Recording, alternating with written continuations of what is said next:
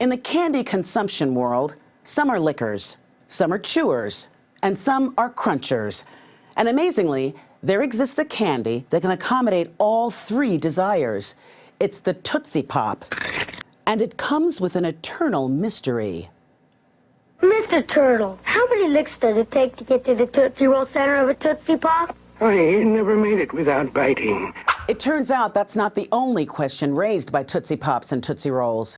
Tootsie, it seems, is a company wrapped in secrecy. Look how much candy you brought. Fantastic. Armed with pieces of the puzzle, I sat down to talk Tootsie with Samira Kawash, a former English professor who now writes as the Candy Professor. It's not exactly chocolate, but it does give you the chocolate sensation. Let's look at the package carefully. I'm not seeing the word chocolate anywhere here. We do know the story of Tootsie Roll goes back to 1896. This is the street where it all started, on the west side of Manhattan, after an Austrian immigrant named Leo Hirschfeld came up with a new way of baking taffy. What Leo developed was a Tootsie with durability. Remember, back then, there were no refrigerators, so you know what happens to chocolate in the heat.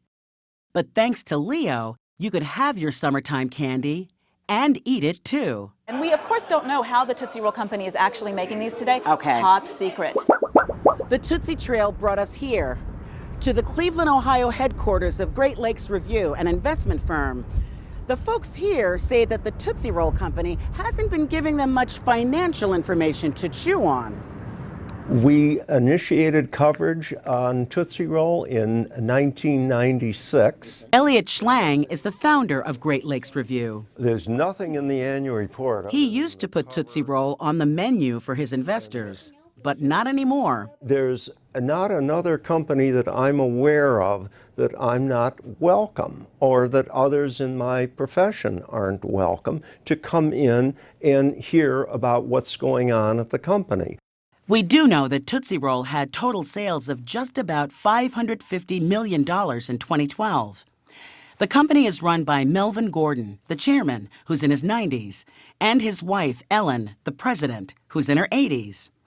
It's not like Mr. Schlang didn't try to get some answers from Mrs. Gordon. I've enjoyed over the years talking to her. Oh, you have talked to her. But not about the company. We can discuss the weather and what's going on in Chicago, but not the company. There was only one way to get to the center of the Tootsie Roll story. I came here to Chicago, to the factory where Tootsies are born. But it turns out getting into Tootsie Roll Industries isn't easy. In fact, it's darn near impossible. They refused our request for an interview. Can we talk to you about working for Tootsie Roll? No? And the employees didn't seem ready to dish either. Can you talk to us at all about working for Tootsie Roll? I finally found one worker who bit on the big question. What's your favorite Tootsie Roll product? Do you have one? The lollipops, actually. What do you like to do? Are you a licker? Or do you crunch through? I crunch through after a little bit, yeah. That's what I do too. Apparently, the only way to see what goes on inside is by going online to watch the company's videos. It claims it makes 62 million Tootsie Rolls a day. Please don't do that. Stop filming, please. Back outside, things suddenly got tense. Tootsie security rolled up.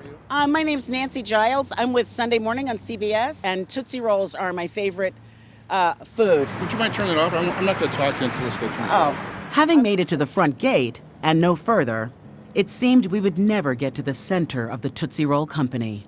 How many licks does it take to get to the Tootsie Roll center of a Tootsie Pop? Let's find out. 1, 2, 3, 3. The owl was right. I crunched my way to the center. But in the end, the world will continue to chew on the mystery behind Tootsie Roll.